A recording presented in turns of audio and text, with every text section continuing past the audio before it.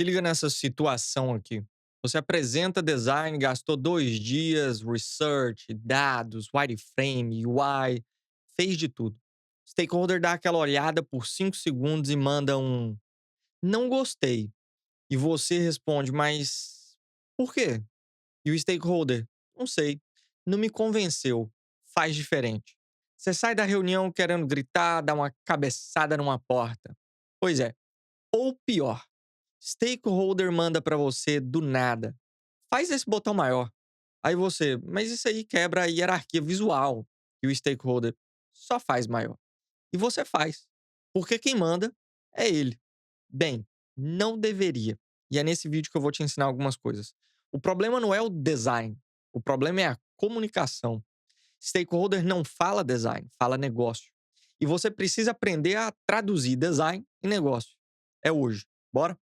O erro que todo designer júnior comete: falar de como, não de porquê.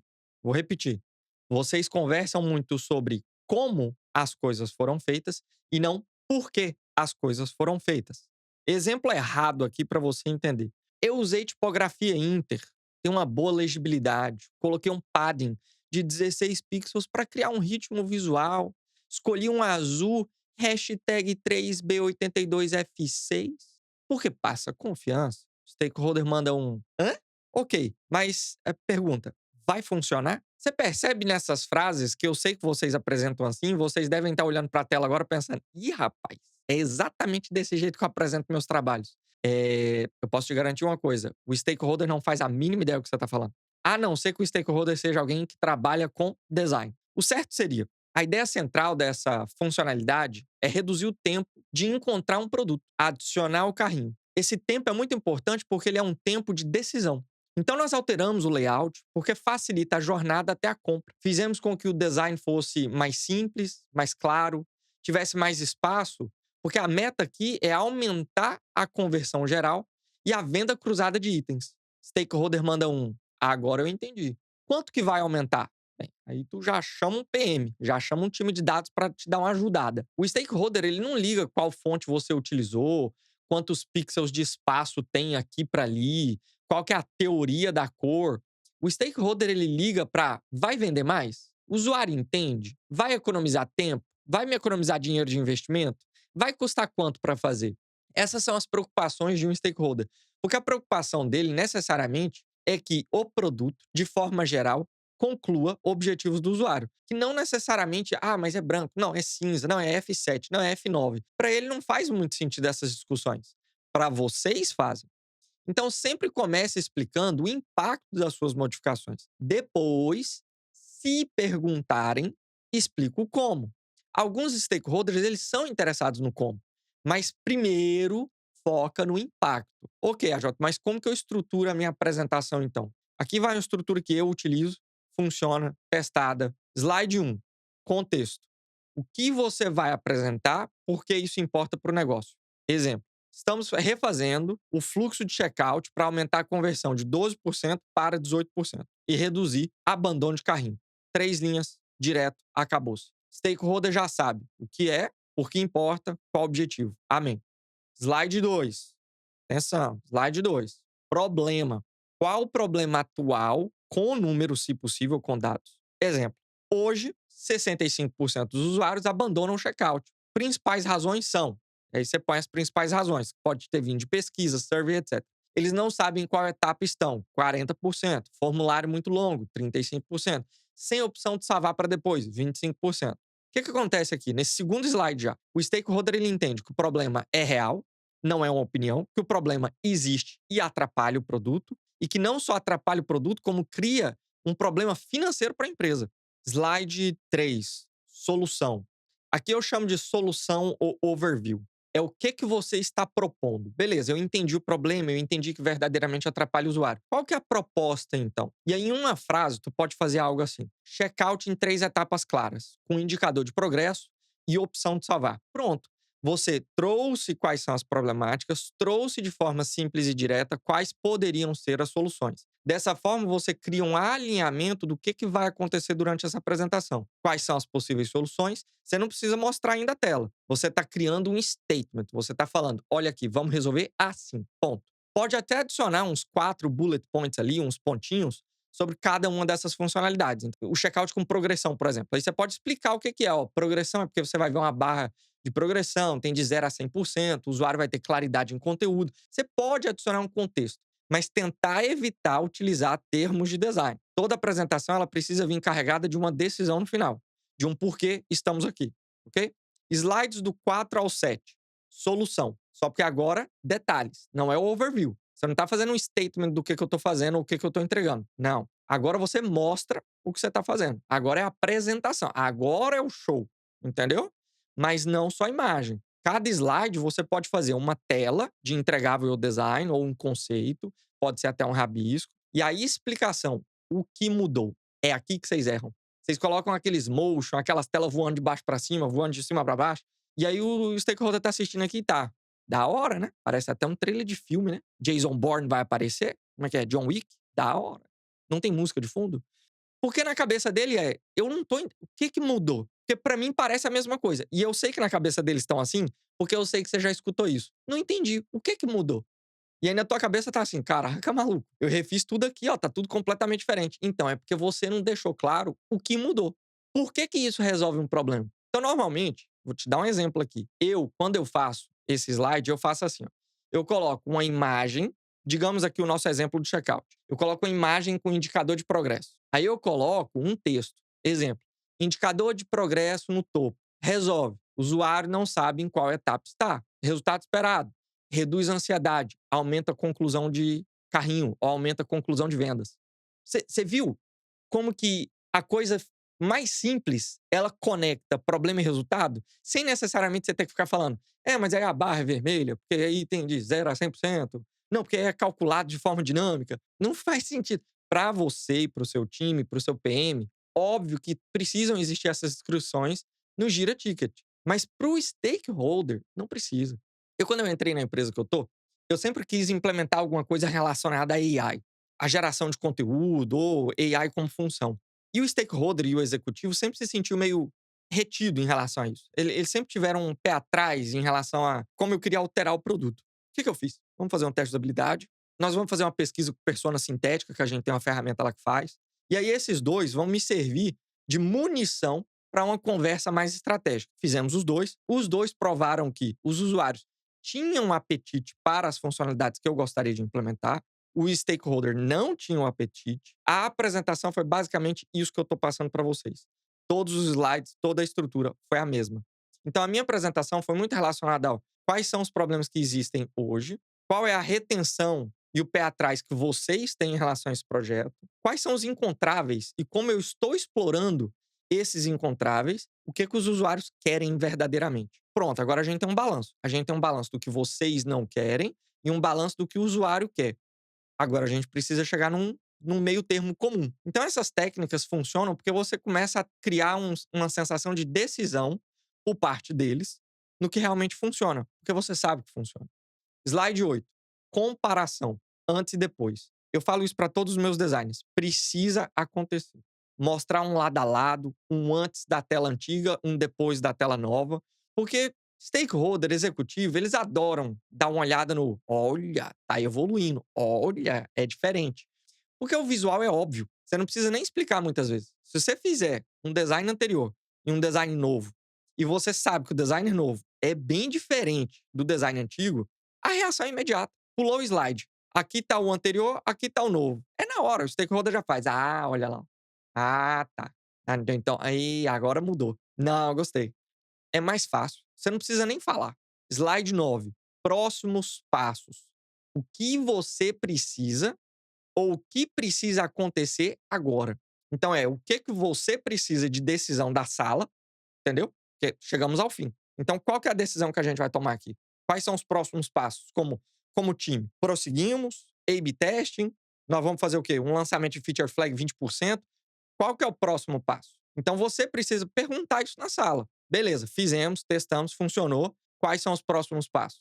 E aí, obviamente, o próximo passo pode ser prototipação, testar com o usuário de novo, ou se não, ajustar baseado no feedback que você vai receber, que vai acabar acontecendo. Você pode deixar claro que o desenvolvimento vai começar a trabalhar nisso em 2 semanas, ou seja, qualquer feedback que precise acontecer tem que acontecer naquele momento. Porque dessa forma, o stakeholder ele vai ver algumas coisas em relação a você. Você tem uma coisa que chama plano, não é uma ideia. Tu sabe o que você está fazendo. Tu tem linha de pensamento. Tu apresentou de uma forma que fica limpo. Gera uma palavra que eu utilizo muito aqui que é clarity, que é claridade. Quando a sala tem claridade, as decisões são mais fáceis. Isso é algo que você não vai fazer sozinho, claro que não. Principalmente se você não tem tanta experiência. Você vai colaborar com seu PM, com seu desenvolvedor, com seu time de dados. É importante existir essa colaboração. E aí, se você tiver tempo, você faz o slide 10, que é o impacto esperado. Esse slide vai vir do PM, ou do time de BA, ou do time de dados, que são números. Exemplo, impacto esperado nesse projeto, baseado num benchmarking que a gente fez aqui em relação ao mercado. Nós vamos aumentar a conversão de 12% para 18%, nós vamos trazer o abandono de 65% para 45%, uma redução significativa, e a gente talvez vai trazer uma receita adicional de 50 mil por mês. Isso aqui é onde o stakeholder se tranquiliza. É onde ele dá aquela sentada na cadeira e fala: "Não, agora sim, beleza, assinado, toca para frente". Mais uma colaboração, de novo, que você tem que fazer com o time de PM, estratégia, time de BA, para conseguir fazer esses slides. Então eu vejo muitos de vocês errando pela afobação e pela forma que vocês fazem slide baseado em beleza, design, UI. E muitas vezes não é isso que a empresa precisa. Sim, o entregável final é UI. Sim, o entregável final precisa ser belo, precisa ser utilizável, mas, em apresentações internas, principalmente para stakeholders, é necessário que você seja direto, claro, focado em resultado. Qualquer outra coisa, firula. Agora vem a parte crucial de tudo isso. Como traduzir decisão de design para a linguagem de negócio? Eu vou te dar alguns exemplos práticos para você aprender a começar a utilizar diferentes linguagens. Situação 1. Stakeholder quer um botão vermelho. Aí o stakeholder te manda do nada. Esse botão aqui ele precisa ser vermelho, porque eu acho que ele vai chamar mais atenção. Por que que tá errado? Vermelho não funciona porque a teoria da cor representa erro e os usuários associam com negativo. Eu sei que você tá olhando para a tela agora e pensando: "Ixi, é assim que eu explico?". Tá errado. Porque a sua explicação ela foi para um lado tão técnico de design que ele não vai fazer a mínima ideia do que você tá falando. E aí no fim ele vai falar: "Faz vermelho". Qual que seria o certo? A abordagem certa?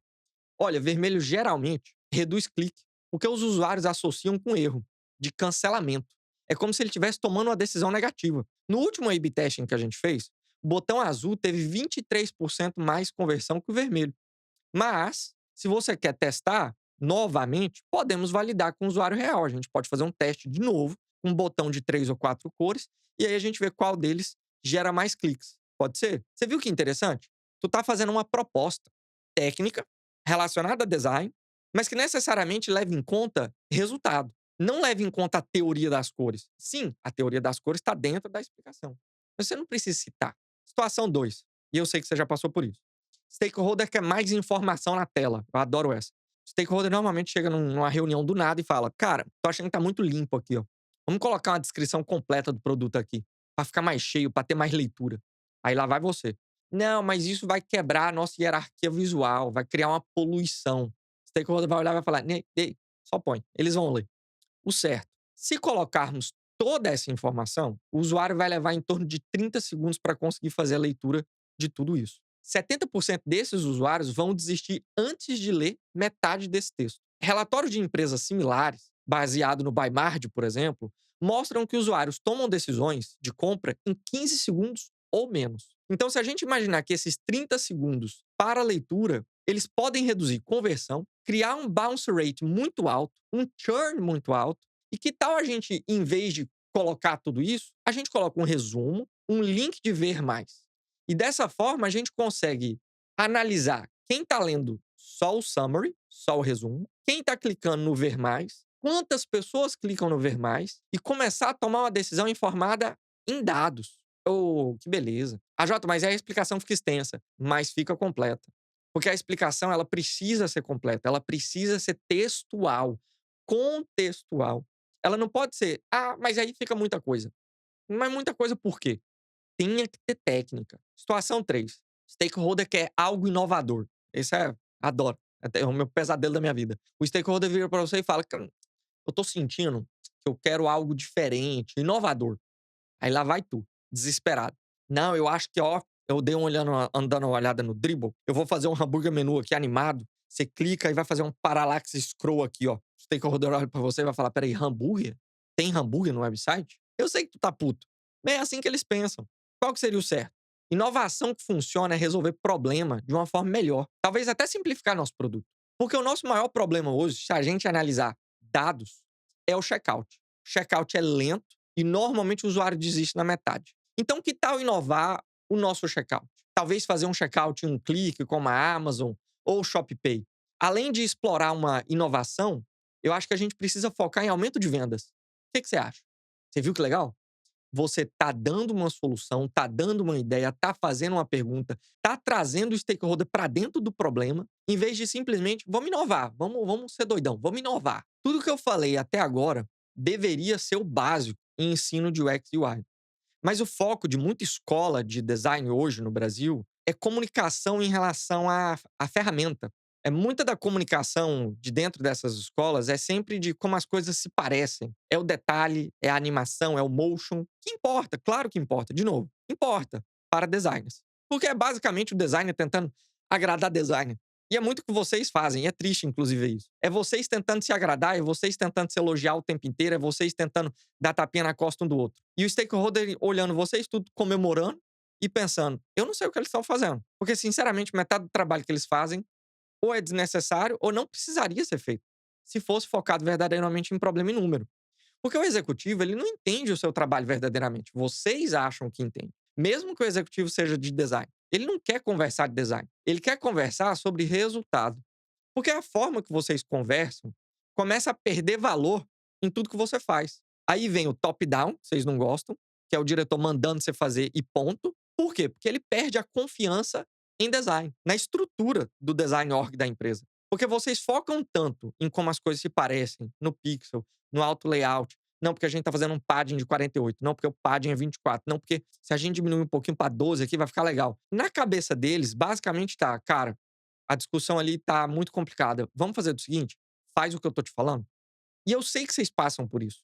Mas grande parte desses problemas é a forma que vocês estão apresentando. Cria distanciamento e o stakeholder começa a perceber que é o seguinte: peraí, eles não sabem discutir o que eu quero. Logo, mando fazer. E tem que fazer do meu jeito. Aí é a hora que vocês ficam no burnout, fica puto, quer mandar demissão. Mas a grande verdade é que o problema pode ter começado com vocês. Última parte. Como fazer o stakeholder escolher a decisão certa, achando que ele escolheu? Agora é a hora que eu inverto tudo aqui nesse vídeo. É a hora que eu começo a te ensinar a engambelar de forma técnica. Vamos lá. Técnica 1.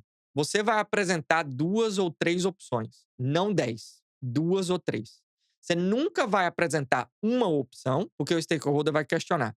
10 opções também não, porque o stakeholder se perde. Você vai apresentar de 2 ou 3 opções. Agora vem o truque. Opção A, conservadora. Funciona e é seguro de tomar a decisão em cima. Opção B, equilibrada. É a recomendada. É a que você quer que ele assine. É a sua escolha, inclusive. A opção C é ousado. Tu tem que dar um stretchzinho nessa criatividade, tu tem que meter uma paradinha que ele vai se sentir desconfortável de tomar a decisão. Por quê? Porque existe um custo para fazer aquilo ali acontecer. Então você aumenta risco. Então vamos lá, você tem a opção A, que é zero risco, muito simples. Opção B, que é a tua escolha e a escolha certa, e é a que você vai apresentar um pouco mais em cima, os prós e os contras. E a C é o risco. Tu põe o risco pra quê? Tu cria um negócio que chama gradiente de decisão. Muito arriscado, stakeholder não quer, que é caro. A do meio é sempre a que cria balanço. Não é tão simples, não é tão arriscado. Eita, olha, quem trabalha em agência tá pensando: "Pô, eu faço isso aí todo dia", mas nem todo mundo vende agência. Então, sutilmente, você acaba destacando a B. Eu faço isso constantemente. Eu acho que eu fiz isso mais do que deveria, dentro de agência. E é o básico. Quem trabalha em agência sabe que fazer venda normalmente é assim. Tô explicando cada coisa errada, hein? Puta que pariu. Técnica 2. Mostre que toda decisão é hipótese. Presta atenção nessa. Toda decisão, ela é uma hipótese. Não é uma decisão acertada. Vou te dar um exemplo. O stakeholder chega em você e fala assim: essa opção vai funcionar?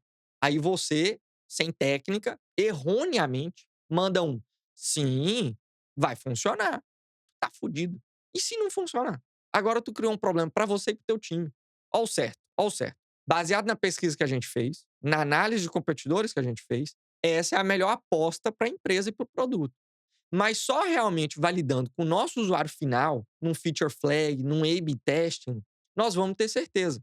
Então eu creio que a gente pode começar com MVP, a gente testa com 20, 30% dos nossos usuários ao vivo em production e a gente vai ajustando baseado nos resultados que for encontrando. Quanto mais ajuste, mais a feature flag vai crescendo. Então a gente faz 20, 40, 60% até chegar em 100% de confiança. Olha que legal, olha que simples, que legal, que técnico, uma explicação que não tem como existir um bate-boca, porque é uma explicação sensata. É uma explicação relacionada a produto, não design. Técnica 3.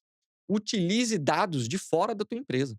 Stakeholder não confia só em você. Quer dizer, nunca vai confiar só em você. Mas ele confia em dados de concorrente, análise de mercado, papers, case de empresa grande. Então é importante tu trazer uma informação de fora. Exemplo, a Netflix deu uma testada num modelo de onboarding recente deles e reduziu o abandono de 30%. A Amazon utiliza um fluxo muito similar e no teste com 20 usuários mostrou que 25% teve uma melhora na confirmação de compra. É na hora. Você ajuda o stakeholder a tomar a decisão. Infelizmente, eu entendo o seu ponto aqui, mas comparação funciona. Por que que infelizmente? Porque funciona para você conseguir aprovação de projeto, mas nem sempre a solução dos demais funciona para você. Então é um risco assumido que você tem que levar, porém necessário. Porque senão tu vai ficar nesse bate-boca com o gerente o tempo inteiro e ninguém vai chegar em lugar nenhum. Então, esse é tipo o início da sua politicagem. É saber negociar. É saber utilizar das palavras certas, nas horas certas, com o contexto certo, para conseguir o que você precisa. A aprovação. Nosso trabalho é esse. É pôr produto no ar. Não funcionou? Desliga. Mas o nosso trabalho é pôr produto no ar. Porque sem produto no ar, como que tu sabe se o produto é certo? Nem você, nem o executivo sabe. Não tá no ar. Técnica 4. Conecte com o objetivo de negócio. Tudo que for feito precisa ter um relacionamento com quais são os objetivos da empresa daquele ano. Toda empresa tem objetivo. Aumentar a receita, reduzir custo, aumentar a retenção, melhorar a NPS. Toda empresa tem algum tipo de objetivo. Não existe empresa que não tem objetivo. Se existir, está fechada. Sempre tente conectar o seu design com um desses objetivos. Então, apresenta o design e, no fim, manda uma conexão. Se você não entende disso, vai uma oportunidade novamente de colaborar com um PM, com um BA ou com um time de dados. Mas é importante que você comece a conectar o seu design e o que você faz com um objetivo da empresa. Resumindo, você guia, presta atenção nessa palavra, você guia decisão de stakeholders. Sim, sempre que eles vão ter ideias, e isso é bem-vindo, toda ideia é bem-vinda e deve ser considerada, mas nem toda ideia é um projeto com prioridade. Olha, presta atenção no que eu estou te falando. O stakeholder pode trazer ideia? Deve. Quanto mais ideia, melhor? Claro que sim. Mas nem toda ideia é prioridade. Às vezes as ideias são apenas ideias. Às vezes as ideias não são nem ideias, são opiniões. Vamos resumir tudo de forma rápida para você aprender. Regra 1, fale de resultado, não de pixels. Regra 2, estrutura de apresentação simples e direta, alinhando com o que o projeto gera de resultado, ou poderia gerar de resultado. Regra 3, traduza design para negócio. Utilize dados, benchmarking, comparações, conecte com o objetivo da empresa. Regra 4, crie decisão em forma de gradiente. 2 ou 3 opções, mostre o que é a hipótese, o risco e qual oferece uma segurança maior de teste e uma segurança maior de resultado. E aí eu deixo uma pergunta para você. Qual a sua maior dificuldade com stakeholder hoje? Qual é o cenário que aconteceu e tu não conseguiu responder? Comenta aqui e eu vou respondendo para você nos comentários e te ajudando a criar um relacionamento melhor com o seu stakeholder, com o seu manager, com a sua liderança. Like, se esse vídeo te ajudou, se inscreve para os próximos vídeos e acompanhar o nosso canal. E lembre-se, stakeholder não quer aula de design, quer resultado. Converse na língua dele e as suas decisões e as suas aprovações serão extremamente mais fáceis. Te vejo no próximo vídeo. Fui.